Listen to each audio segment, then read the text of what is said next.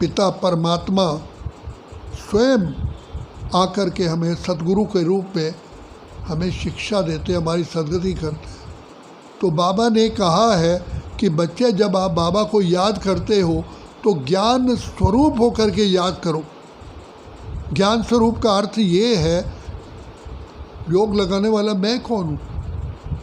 कल भी बाबा ने कहा तुम कितनी अपने ऊपर निश्चय रखो, कितनी तुम श्रेष्ठ आत्मा, महान आत्मा, देव आत्मा, पूज्य आत्मा। और ज्ञान सहित बना किसको याद कर रहे हो, कितनी ऊंच अथॉरिटी को याद कर रहे हो और उससे कितनी ऊंच प्राप्ति होने वाली है। तो इसको कहते हैं ज्ञान स्वरूप हो करके बाबा को याद करना। मैं कौन सी आत्मा, जो कल्प कल्प की श्रेष्ठ आत्मा, महान आत्मा, देव आत्मा, पूज्य आत्मा, अब मैं अपने बाप से खजाने भरपूर करने के लिए बैठा हूँ। ये बुद्धि में रख कर के ज्ञान के सागर, प्रेम के सागर विधाता को याद करना। तो बाबा ने कहा बच्चे योग भी लगाते हो तो ज्ञान स्वरूप होकर के योग लगाओ, तो आपके योग में और ही अग्नि, योग की अग्नि प्रज्वलित रहेगी, कभी थकोगे नहीं। हर सेकंड प्राप्ति, हर सेकंड प्राप्ति है। एक सेकंड तो बाबा को क्या याद किया, आपके बैंक के खाते में एक पदम जमा हो गया, इतनी बड़ी खजाना।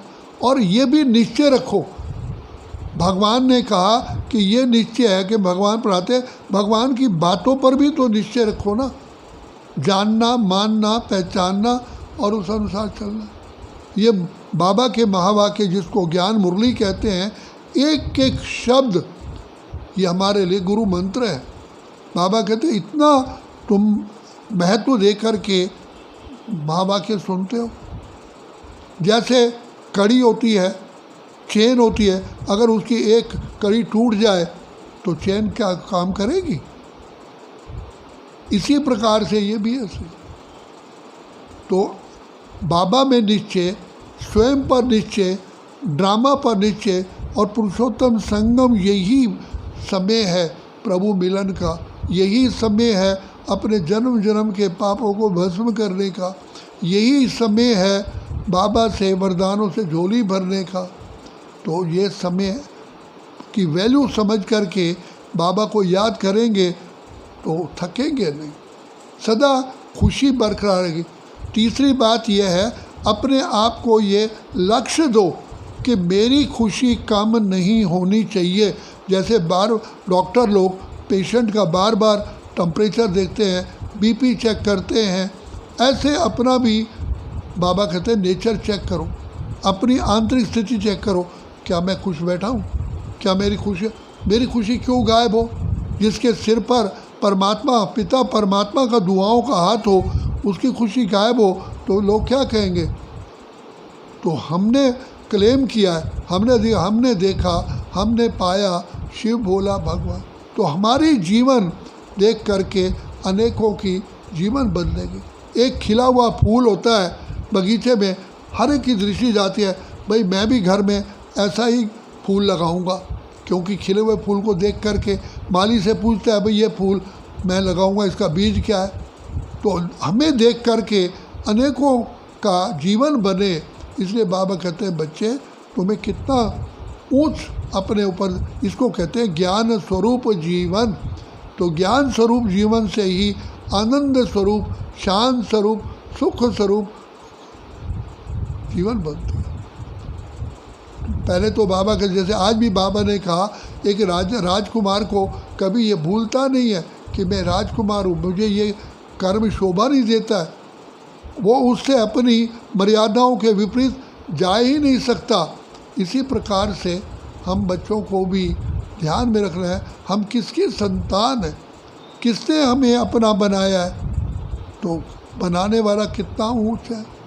अभी देखो क्वीन एलिजाबेथ द्वितीय जो शरीर छोड़ा, उसके एक एक जीवन पर लोगों को बताया जा रहा है। यहाँ कल दिखाया बकरी भी जो पाली, वो भी देखो कितनी उसका मान है। तो बाबा कहते हैं उसकी बकरी, और तुम तो स्वयं भगवान के बच्चे हो, तुम्हें कितना नशा होना चाहिए कि मैं ब्राह्मण कुलभूषण, स्वदर्शन चक्रधारी, त्रिनेत्री, त्रिकालदर्शी, मास्टर सर्वशक्तिमान। भगवान ने सारे ज्ञान के जितने भी रहस्य हैं वो हमारे सामने खोल दिए। मैं कौन हूँ, कहाँ का रहने वाला हूँ, किसकी संतान हूँ, मेरा अनादि रूप क्या था, आदि रूप क्या था। बाबा ने अपना परिचय दिया, समय की पहचान दी। मुझ आत्मा ने कैसे इस ऋषि नाटक में खेल खेला, कैसे दिन और रात का खेल है। सतयुग में हमारी क्या दशा थी, त्रेता में क्या थी, द्वापर, कलयुग। अब तुम कहाँ खड़े हो।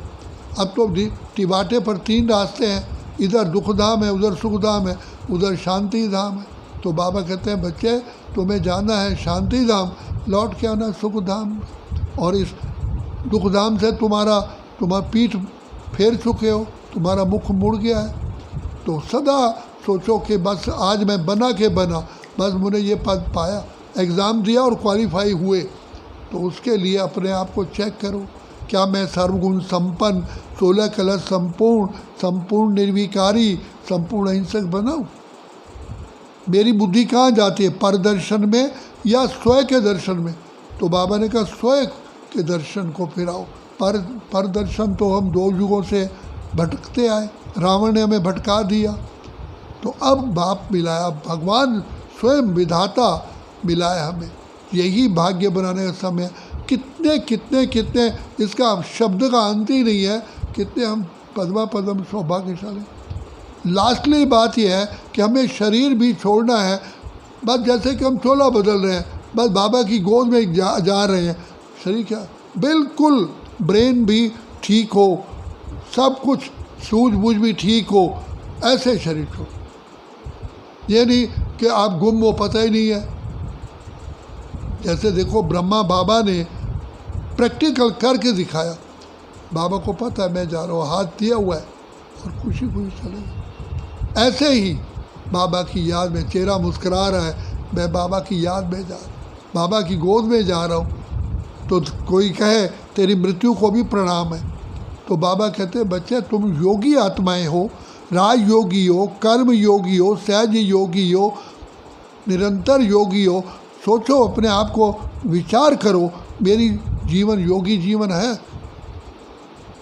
तो मेरी जीवन का तो बाबा ने कहा शास्त्रों में भी गायन है। हमें भगवान पढ़ाते हैं, लोगों को तो मनुष्य और कोई दूसरे पढ़ाते हैं, तो हमें कौन पढ़ाने वाला है। इसलिए दादी जान की बार बार कहती थी कि भाइयों बहनों, मैं कौन, मेरा कौन, कौन है वो मेरा। कितनी ऊंची हस्ती है, उससे बड़ी कोई हस्ती हुई नहीं। जो सारे जगत का रचयिता, सारे जगत का पालनहार, जो सारे जगत का उद्धार करने वाला, वो मेरा पिता है, वो मेरा पिता है, वो मेरा पिता, ऐसा। और मैं उसका हो चुका, मैं उसकी गोद का बच्चा हो चुका।